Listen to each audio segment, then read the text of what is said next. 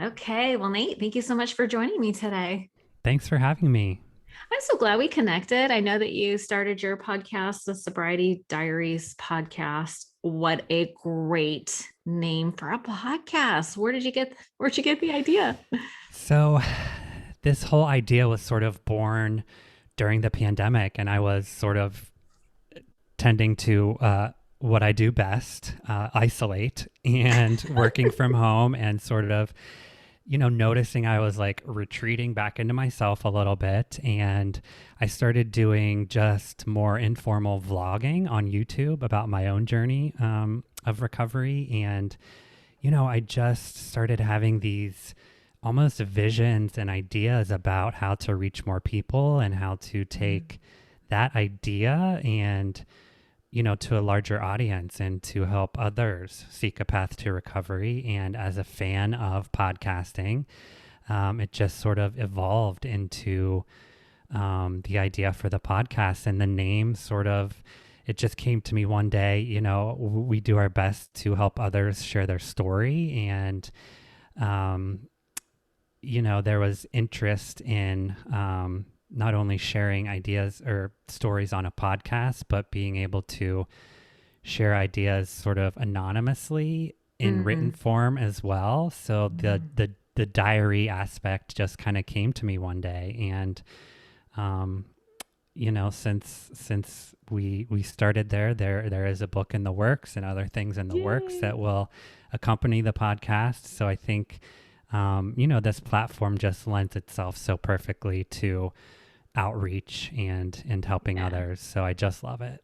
That's awesome. I'm so glad you're doing that. I mean, I love the idea of a diary. Claire Pooley wrote a book called The Sober Diaries. And I love the idea of being transparent about your evolution, right? Because, Yes. when we're coming from that place of authenticity, that's what people resonate with. So I cannot wait to see what you end up Yes. That's doing. funny. When I was doing research and when the name came to me, of course, the first article that popped up was Claire's book. So I've immediately ordered it and read it, and, felt as though it was different enough, but still 100%. in the same vein. But, I love that book. I love that you brought that up. Yeah, no, it's definitely unique enough. I mean, there's room for everyone. Sure. I always think there's no competition. I mean, there's enough crazy to go around, Ain't that the as, truth? as we say. Um, so I thought it would be fun. My typical jumping off place is with what I call the lightning round, which is actually not fast at all. I'm not sure why I continue to call it that, but it's just kind of a fun place to start. Do you have a favorite book that helped you early in your recovery? Ooh, I do. I tend to gravitate more toward memoirs and, um, you know, uh, as I tell my story, I sort of gravitate towards those who tell it almost in the same way. There's a book called, um, oh shoot, Autumn Balloon by Kenny, I think it's Papora. I'll Autumn look it Balloon up by and put Kenny it in the show Papora. notes. Okay. Yeah, it's a memoir about childhood trauma and Mm, how his upbringing and exposure to domestic violence mm, evolved into his own addiction, and essentially into his recovery. And I just could relate to that so much. And a friend recommended it in early recovery, and it just sort of shook my world. And I've read it probably 3 or 4 times since. oh, wow. That is amazing. I find that when I reread books, it's because one, I get something new out of it every time, but it Yeah. sort of reinforces a lesson that is hard for me to grasp. Sometimes when we get close to the solution, our Yes. our minds automatically go into like self-protection mode, and it kind of Hmm. we disassociate, and sometimes it's hard to grasp the solution because it's so different from our normal way of thinking. Yeah, I find I wouldn't say rarely, but there are only, certain books that I will reread. And I think it depends on the time in my life when I read it the first time, Mm. and whether I have this feeling about songs too, that they can take me back to like a certain place in my life, and whether that's associated with positivity or negativity. But this one, for some reason, just makes me feel like, you know, takes me back to that early recovery place, not in a uncomfortable or negative way, but in a, you know, working on myself and evolving way. So I Mm. tend to revisit it fairly Oh, often, and I find that I I I read new things and I find new stories almost in the same words that I'm reading, and I'm like, wait, when did he put that in there? It's I can look at it in a new way, I guess. I love that. Yeah. People say that about the big book too. Yeah, right. Do you have a go-to mantra or quote that really Ooh. resonates with you? Since starting this journey of, before you hit record, we were talking about leaving corporate America and sort of starting these other ventures. And I have committed to this full time now. And I think that with that being like so new and fresh, I've been saying a lot, do what makes you happy. And Mhm. I, have came out of a corporate career of almost 2 decades and have never been as fulfilled as I have been in the last 3 months of, simply diving into podcasting and sort of this online content creator and reaching out to other alcoholics and helping people share their stories. And, that's because I was sort of willing to take the risk and do what makes me happy. So I'm sticking to that. That's a beautiful thing. Trust your gut. Yeah. Yeah, exactly. Um, do you have a regular self-care routine or practice? Yeah.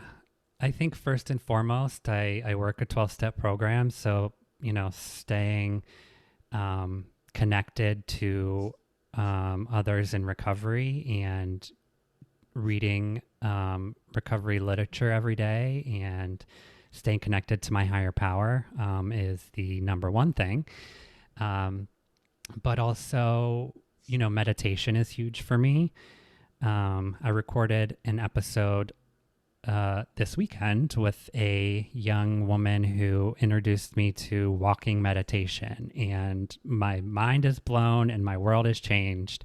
And Wow. I, for so long, have had this idea of what we probably all picture when we think of meditation, and it's just, in that sort of lotus position with your quiet room and whatnot. Yeah. But, I think meditation can take on many forms, and um, it's like my new obsession, walking meditation, and just being present and looking at the trees and feeling the sunshine on your face and just being present and aware of your life and the world around you is very important to me. I think nature plays into that as well. I'm not like a, super outdoorsy guy, but nature definitely centers me and I feel happy when I'm outdoors. Hmm.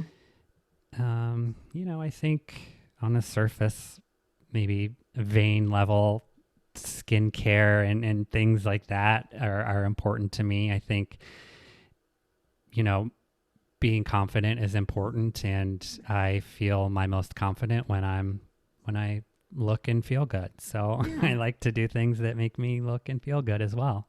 Amen to that. Yeah. I love it. Okay. What's one thing you wish you knew when you first got sober? I think, goodness, I think that sobriety is so much more than just not drinking. Oh, yeah. I, uh, was of the belief, not knowing anything about addiction or recovery, prior to surrendering and being willing to sort of throw my hands up, Mm. I just thought that it simply was not drinking and living a boring life. And I quickly, Right. quickly learned that, Lord, it is so much more. It's, you know, living a life you can be proud of. It's helping others. It's sacrificing things and, learning just how to be a better person. My sponsor tells Mm. me, like, you live your life as if your higher power and your mom see everything that you do, and you don't have Uh-oh. anything to worry about. And that might be a little extreme. Like, I definitely don't take it that far, but Right, right. I think live a life you can be proud of and help Yeah. others, and that is certainly the easiest way to get out of my own head and Yeah. stop obsessing about myself too. I love that. Live a life you can be proud of. Yeah.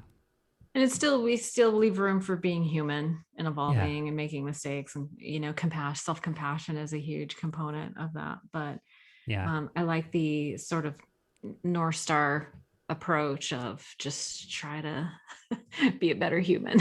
Just try to be a better human. That's all. Yeah, don't kill yourself, but just a Don't, little yeah. better every Don't day be is an good. asshole. Don't be a dick. Yeah, it's my favorite thing.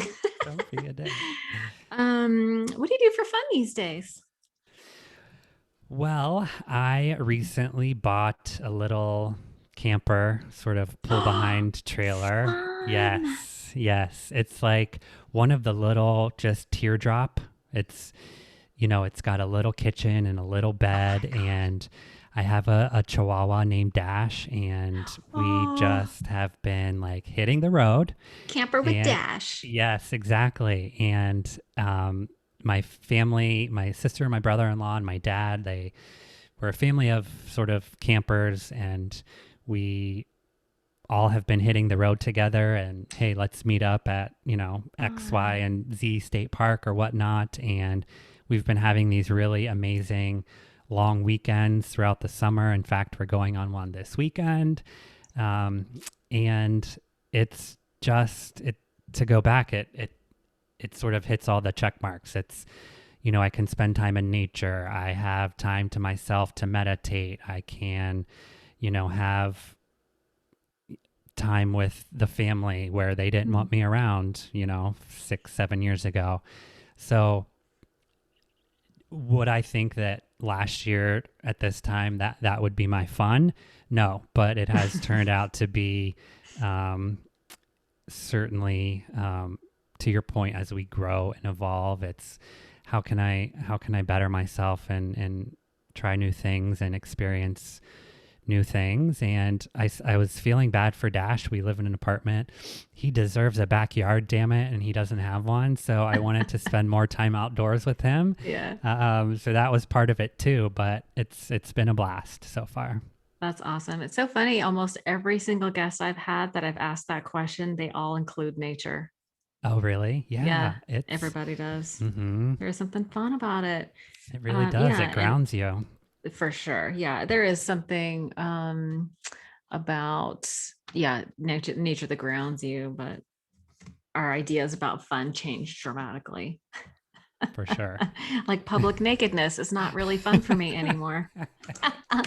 Although if you go camping, I think there's an element of that. I don't know. Right. Just me? Am I alone in this? No. I don't Yeah, know. there is for sure. So funny. Awesome. Well, I would love to hear a little bit about your recovery journey. If you want to take the traditional 10 minutes, you're Yeah. 12-step oriented. So you get the whole thing about what it was like, what happened. And if you don't mind, I would love to hear. I have a coaching client who was like, I love your podcast and I love it when our guests talk about like their turning point, like Yeah, so if you have clarity around that, like if you had a moment of clarity or whatever that sort of made you for sure. decide I'm going to get some help, I would Yeah. love to hear what that experience was like for you. Perfect. Well, let's start at the beginning, shall we? Mhm. Um, I I grew up in small town middle America. I'm from the Midwest. My family is, just a bunch of blue collar, sort of hardworking people with good standards. And, I had a good childhood. I talked to a lot of alcoholics who, perhaps have experienced trauma or other things that led to their addiction, but that just isn't part of my story. I feel like I was born an alcoholic and that way far before I ever took a drink. So, I always felt sort of different, and we hear that so much, right? But it was always, the group was over there and I was never sort of part of it, and I never could pinpoint it, and I never knew why. And I led sort of a sheltered life, I guess. In the beginning, I graduated with 77 people in my class, and went through 12 years of schooling with the same group of people, and had a small immediate family. So there definitely was an aspect of almost living sheltered and in a bubble. And I started to realize more things about myself, but couldn't really identify what it was.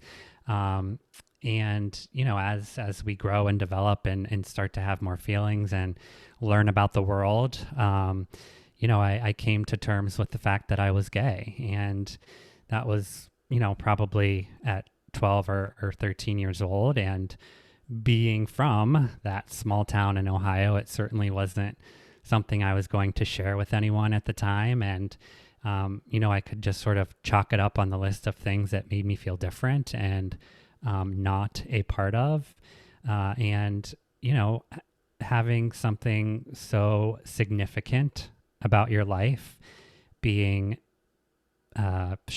kept to yourself and sort of bottled up, it takes a toll on a young teenager and a young budding alcoholic. And, it's just sort of bottling feelings and suppressing the biggest part of my life at that point. So, living in a rural area, it was sort of, I don't want to say expected, but accepted at minimum that, we just started drinking at an early age. We would get a case of Natural Light and, drive in the country, unfortunately, or find an empty field somewhere, or somebody's parents were out of town and we would crash that house. But it was just sort of the thing to do. And I hate to say that, but it's just the facts. And I remember just looking forward to that, to being able to start drinking. And sure enough, as we hear so often in the rooms and with other, alcoholics, it just sort of opened up this door of popularity and, a sense of ease and making friends. And it just seemed to make the world easier for me at the time. I remember visiting my sister. She went to Ohio University, and it's sort of well known as a party school. And we were there for a weekend once. And this was very early into my drinking career, probably only like the second or third time that I had drank. And we just, of course, completely overdid it. And, I woke up the next morning with the worst headache and in a pile of vomit and with a hangover that, no 17-year-old could handle. And I just remember thinking, like, I couldn't wait to do it again. And I mean, come on, that's insanity. That's the mind of an alcoholic. So from there, I decided to go to OU myself. I had such a good time there. I decided to take my budding alcoholic self there for 5 years as well. And, when I was in college, I started realizing consequences from my drinking. Because up until that point, it was just sort of weekends in high school. I was obviously living with my parents, and even though it wasn't a daily occurrence, it certainly was always like top of mind, and like, where were we going this weekend? Who was going to buy the beer? So I certainly thought about it alcoholically in high school. And that's how my disease progressed. It's a, mental obsession that turned into a physical addiction to alcohol. So on campus, I got my first DUI. I tend to get really mouthy when I drink, and, got knocked out at a couple parties, and, had some facial reconstruction, broken nose in 3 places, broken eye socket. And, with that being said, no lesson learned. Wow. Yeah, it's crazy what we do. I remember one time I called the Athens, Ohio Police Department to report my car stolen because I woke up in the morning and thought that I had parked it in one spot and blacked out and parked it in another spot. And as this fine officer is sort of, opening a police report and taking my statement, we are walking around the parking lot, and there's my Honda Civic parked behind just a large van where I couldn't see it. So definitely, looking back, I can see the progression of my disease while I was in college, and like I said, those consequences started popping up more frequently. When I graduated, I moved here to Columbus, Ohio, and started a fairly successful career in the restaurant business, and progressed up through the ranks of a company that was sort of booming at the time and opening restaurants all over the country. And I earned a spot on their corporate training team. So we would travel around the country, and I was in charge for managing this team of about 10 trainers. And we would travel around to new cities and states and open restaurants for this company. And I was very successful. I was great at it. I did that for a couple years, and that earned me afforded me, I don't know, looking back, if it was an opportunity, but I was offered a position as a multi-unit manager for this company in Maryland. And I would be managing, about 10 restaurants right outside of DC and Eastern Maryland and Virginia, and being a sort of, born and bred Midwestern Ohio boy. This was certainly a culture shock to be living and working in, urban DC and Eastern Virginia, and moving to a place where I had no friends or family. And, that certainly was a turning point for me, in the sense that my drinking went from, while still alcoholic drinking, it was definitely more social before I had moved to Maryland, and definitely still, it was definitely problem drinking and alcoholic drinking, but it wasn't that misery drinking yet. It wasn't that like isolation drinking and that depressive drinking. Whereas fairly quickly after I moved to Maryland, that's exactly what it turned into. And, definitely sort of sunk back into myself, and I would go weeks or a month without leaving my apartment. Wow. I was able to leave, or I was able to work from home, and drink from home, certainly. It turned into that miserable existence and isolation fairly quickly after I moved to Maryland. And, this is the point where, my family starts noticing, and start expressing their concerns. And, I didn't want to hear it. It was, I sort of attributed everything to depression at that point, and, started seeing a therapist, and started antidepressants in a bid to get people off my back Mm. about the isolation and the depression, but still being able to protect my drinking. And I was able to do that for a bit. And I was planning on coming home for the holidays, and I was going to spend 2 weeks here in Ohio. I had this sort of dull headache for a few weeks, really, but I just really thought that I had slept on my neck wrong. We've all done it where we have like a stiff neck for a Mm-hmm. couple of days, and I just sort of ignored it. And, it went on, like I said, for almost 3 weeks at this point, and I Wow. was here in Ohio, and it was New Year's Eve, and I was at my sister's, and we traditionally do a big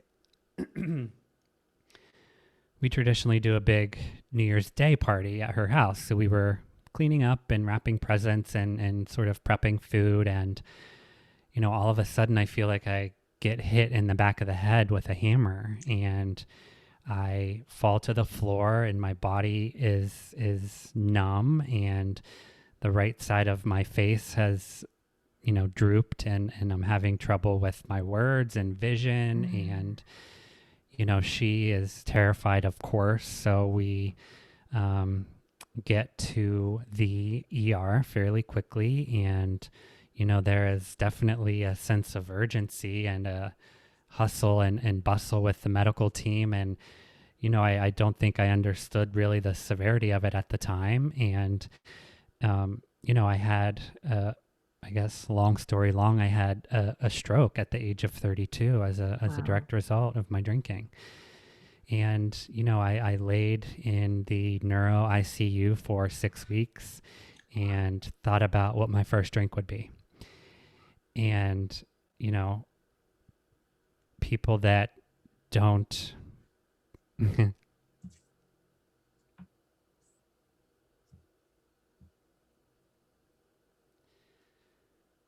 people that don't, I think, understand or suffer from the disease of addiction probably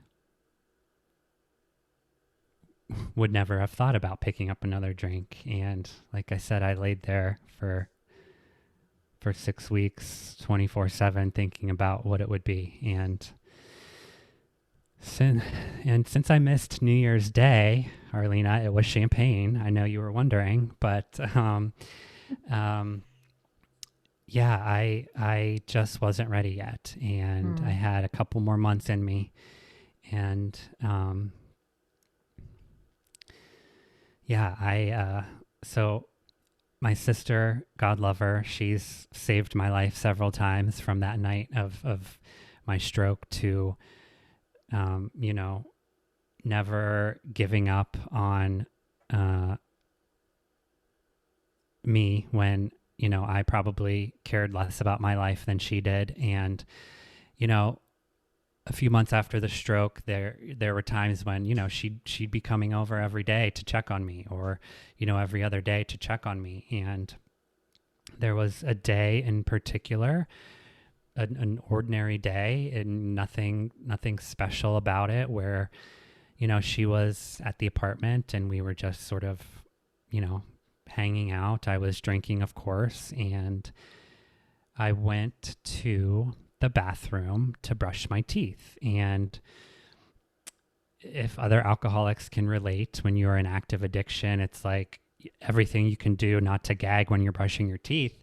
For me, at least it was, because of that gag reflex and just what we do to our bodies. For me, at least, I always had trouble brushing my teeth, but I I gagged, and when I sort of looked up in the mirror,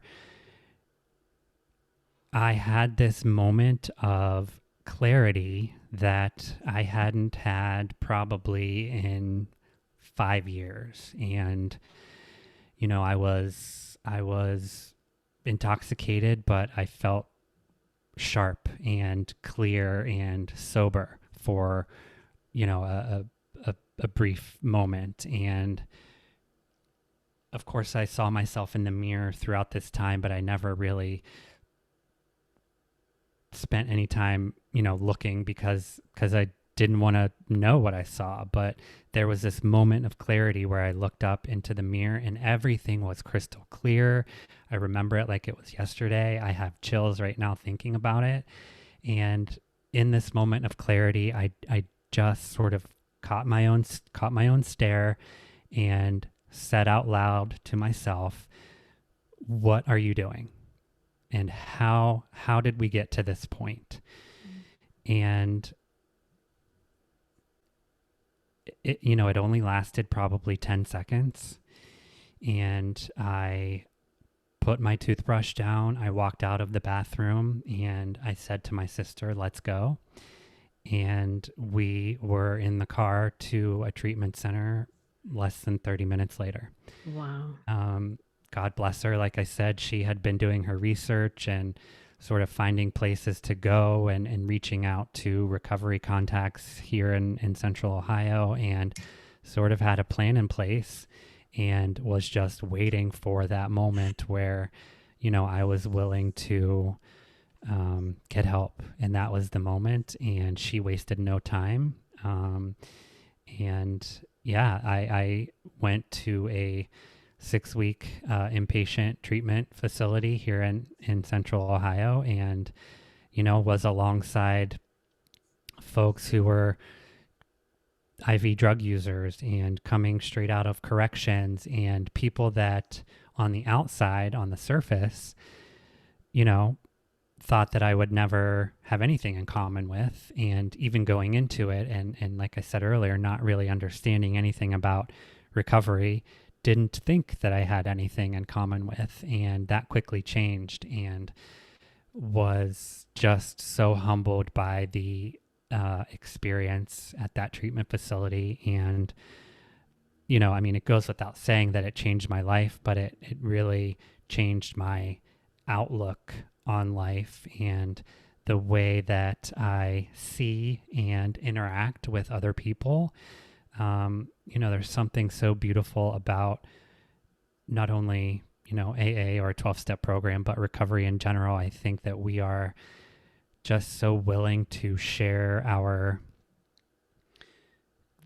deepest vulnerabilities and, our stories and our feelings of insecurity with strangers, for lack of a better word, to be able to relate to one another and share that lived experience. And, it's just beautiful. So I completed that program, and I graduated from rehab 2 days before Thanksgiving.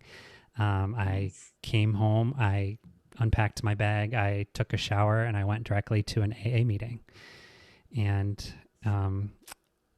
by the grace of God in the rooms and my higher power, that's been almost 6 years. And I haven't looked back. And, I try to focus daily on strengthening my recovery program and, focusing on helping the next struggling alcoholic and getting out of my own head and, continuing on this journey that we call life, and just making the best of it. And to bring it back full circle here, just doing what makes me happy.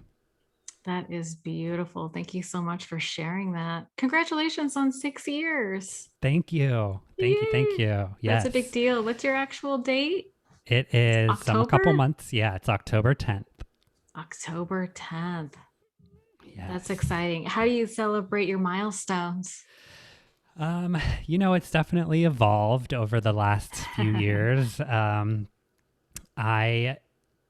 For the first couple years, I was taking trips. And of course, last year that couldn't happen. And this year, I don't think that it will either, just because stuff is just recently getting lifted as far as travel bans. But the first few years, I visited friends in Chicago. And then actually for my 4, 5, 6. Yeah, my fourth anniversary, I went on a cruise with my travel buddy Sarah Fun. to Greece and Italy. So that was like the big one. Wow. Yeah. Yeah, we That is a big one. yeah, that was a big one. So this year I don't know yet. We'll see what comes up. Maybe something on Instagram Live. Who knows? Yeah, got to do something to celebrate. No, I love that. Right. A lot of things when I think about like 12, like I'm 12 step oriented as well. And I remember in the beginning, they told me that the women work with the women and the men work with the men. And I was terrified to work with the women, but they told me to look for somebody who has what I want. Hmm. And I found myself wanting to choose somebody that I was eager to call, Yeah. right? And I just was wondering, how did you decide to pick a sponsor? I love that you opened that with the men working with men and women working with women because my sponsor is a woman. And Do you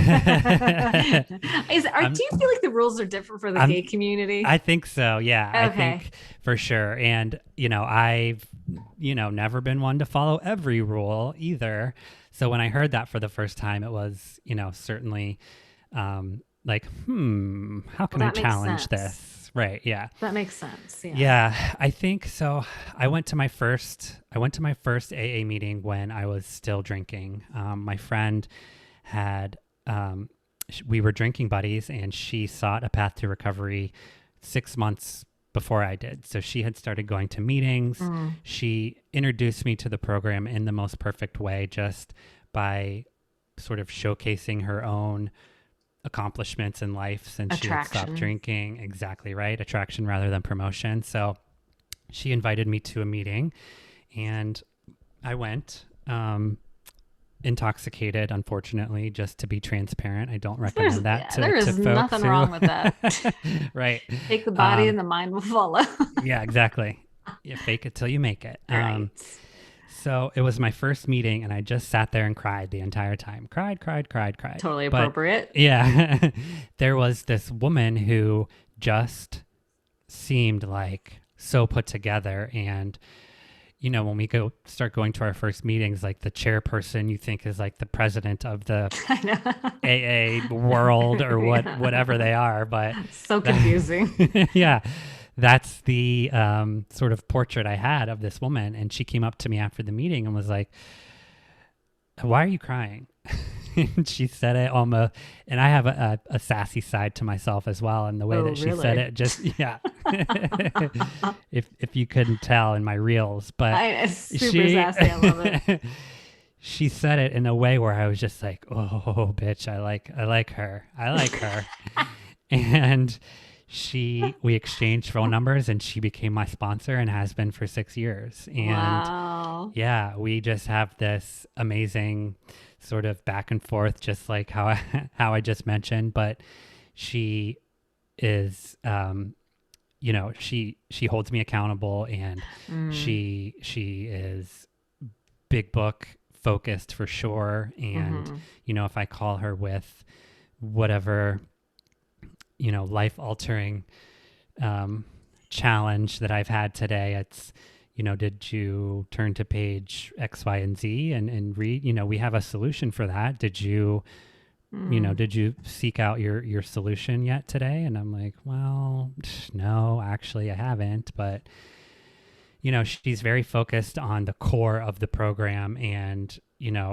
leaves a little room for any BS, which I love as well. Hmm. And she just cracks me up, so that's important too.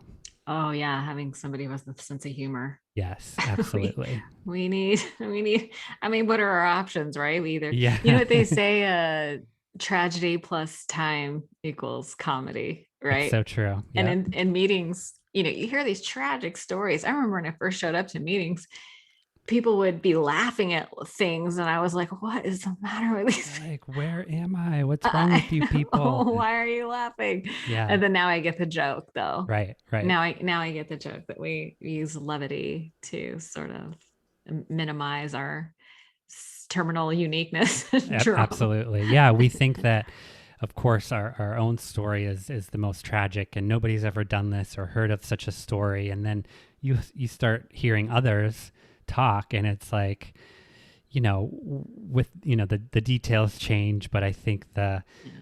we hear a lot of the same things, and to, like I said earlier, to be able to relate on that sort of lived experience. And it's I guess a positive thing if we're talking about it now and looking back at it. I try to relate humor to everything in life, so definitely understand that Yeah. levity now, for That's sure. really good. Did she have you do the inventory process right away? Did you work up to it? Obviously, their steps are in order Yeah, for a reason. But absolutely. Yeah, what was your we experience of the inventory, step 4?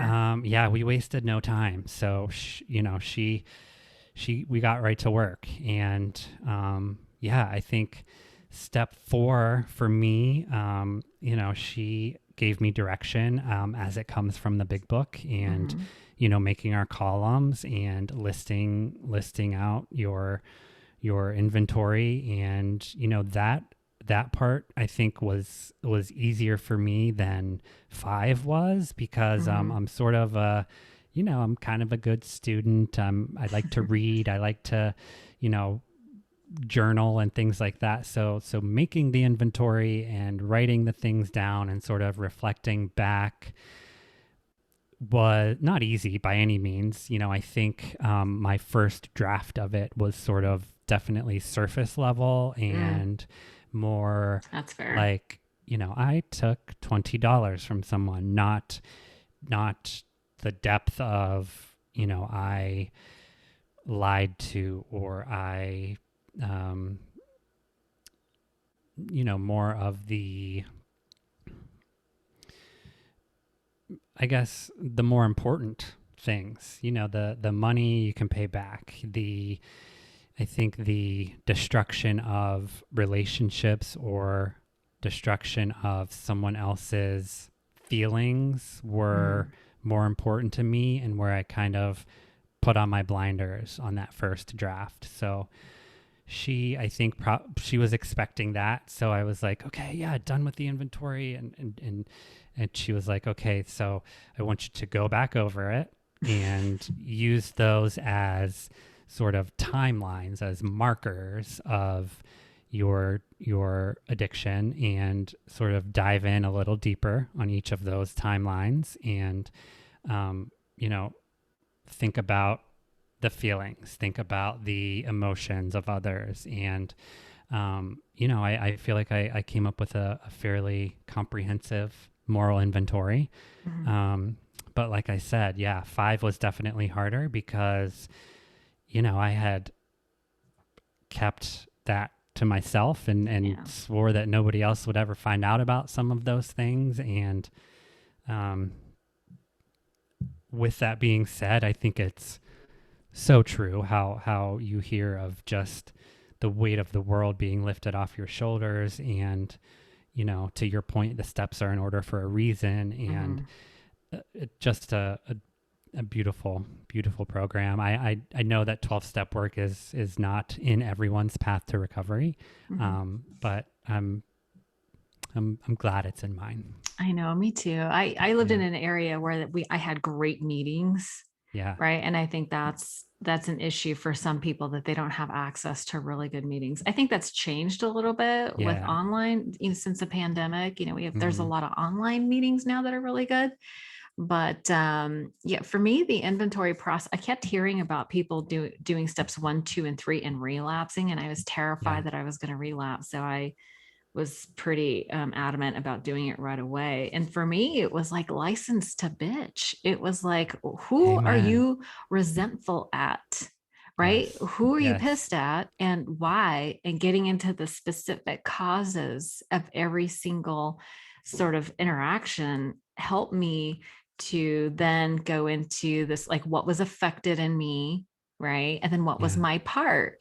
And then I just started, this pattern emerged, this pattern of like taking inappropriate responsibility for other people, like Mm, taking on other people's stuff, and yeah. then not taking responsibility for myself. like that was a pattern that emerged right away. Did you see patterns emerge when you did yours? Definitely. I think the two biggest patterns and things that I still need to work on to this day are dishonesty and the tendency to just run, like when the going gets tough or there's, like a little bit of heat in the kitchen. I can have a tendency just to peace out and just Yeah. fucking run out the back door as quickly as I can. And Yeah. those patterns definitely came up in Yeah. going over my inventory. And with both of those, of course, then it left so many unanswered questions and open doors with folks and relationships and jobs that I Yeah. had literally thrown my keys on the door or thrown my keys on the desk and walked out and blocked my boss's number and never even, Oh, like these yeah. are things that I did in active addiction. And, Yeah. um, and then you see those patterns and you then try to work on those shortcomings or those issues that perhaps crop up more Yeah. often in your life, and then you're able to identify folks that perhaps need a phone call or a conversation. And yeah, I think the sort of progression, I think we worked my steps, I think, in about 6 months total, maybe Oh, 8. yeah. Yeah. So fairly quickly, I guess, for someone, Yeah. fresh out of rehab. So, and I'm so glad that we did it because to your point, people tend to pause a little between 3 and 4. People tend to pause around 8, 9, 7, 8, Yeah. 9, when Yeah. there's that other action step that we The have to making do. amends. Yeah. Yeah. That's not easy. Right. So, step I, work saved my life. I totally relate to the running part. I would call it in relationship, I would guillotine. Yeah. It's like, I love that. all right. Yes. But what happens is if that's how you show up in relationship, if that's your coping skill, pretty soon you don't have any relationships that are Right. very, that have Worth a a lot of damn. yeah, or have much history, right? Yeah. It's, pretty soon you end up alone, Yep. back to that isolation. And that is a terrible place to be. Sure is. So listen, I just love the fact that you are taking what you have learned and sharing it with others. When I started my podcast, I had I was, so let's see. Anyway, it was a long time ago. I think I was 20 years sober already. Yeah, definitely over 20. But I really struggled with the traditions of Yeah. maintaining my personal anonymity. How did you process that and come to the conclusion that led you to where you are? It's a great question and one that I is still sort of evolving as I'm Yeah. new in the process. But I talked to my sponsor at length about it and still do, and she gave some pretty good advice and said that as with most things, the importance of it is your intention behind it. So is Mm-hmm. your intention to get your name out there and get famous, or is your intention to truly help people, to highlight other people's stories and in turn help people seek a path to recovery? And it's 100% the latter. And Mm-hmm. she said, like, if that is truly your intention, and if your heart is in the right place and your heart is speaking to this path that you want to take, then I endorse it. I can get behind it. And that really resonated with me, and that really helped make the decision to move forward, because it was sort of a conundrum that I was Mm-hmm. in developing the podcast and kind of trying to decide how the format of everything. And so that was huge and hugely beneficial in the planning process. So, I try to, I definitely don't, put anything in written form or on social media that is quoted from the big book, or, anything that's, AA related. I try to usually just say I work a 12-step program, and that's what I do. That's the best I can do. Yeah, I love that. I mean, in the beginning, I think most people don't realize that in the beginning, they decided to be anonymous because the need was so great and the people who could help were so few Right. that they couldn't handle the inquiries that were coming in. So they needed to be anonymous. So I get the need for having a safe place, right? Yeah. Which is also really important. Right. But it's just shocking to me that in this day and age, the stigma that still is attached to having an addiction to drugs or alcohol, when people everywhere are addicted to so many things. Everywhere. Right. So Yes. I'm really thankful for people like you and myself. I'd like to Right. think myself. Yeah. But it's important, right? That Yeah. we stand up and say, hey, let's normalize this. Let's Let's all talk normalize it. about it. Let's talk about Yeah. solutions. So thank you so much for being willing to share the 12-step solutions. It's my favorite one. I know that Agreed. there's many paths to recovery. I like the idea of patchwork recovery is Yeah. kind of cool too, because I use more than one tool, but it sounds like you do too. I do. Yeah. That's awesome.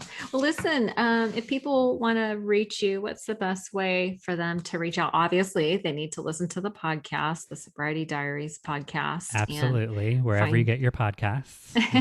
and find you on Instagram, because your Instagram channel is very entertaining. Well, thank you. The Sobriety Yeah. Diaries pod. Sorry. Yep. Yeah. Yeah. So Instagram, I think, is probably the quickest way. At the Sobriety Diaries pod, you can also email me at, oh Lord, you asked me too quick now. What is the email? It's, it's the same as Instagram. It's the Sobriety Diaries pod at gmail.com. Awesome. Great. Well, listen, Nate, it was a pleasure hearing your story today. And I know you're going to have me on yours. So I'm excited Yes. to join you and trade hot seats. We're going to know so much about each other. I know. It's amazing. Well, listen, you have a great day. Thank you so much. Thanks, Arlena. You too.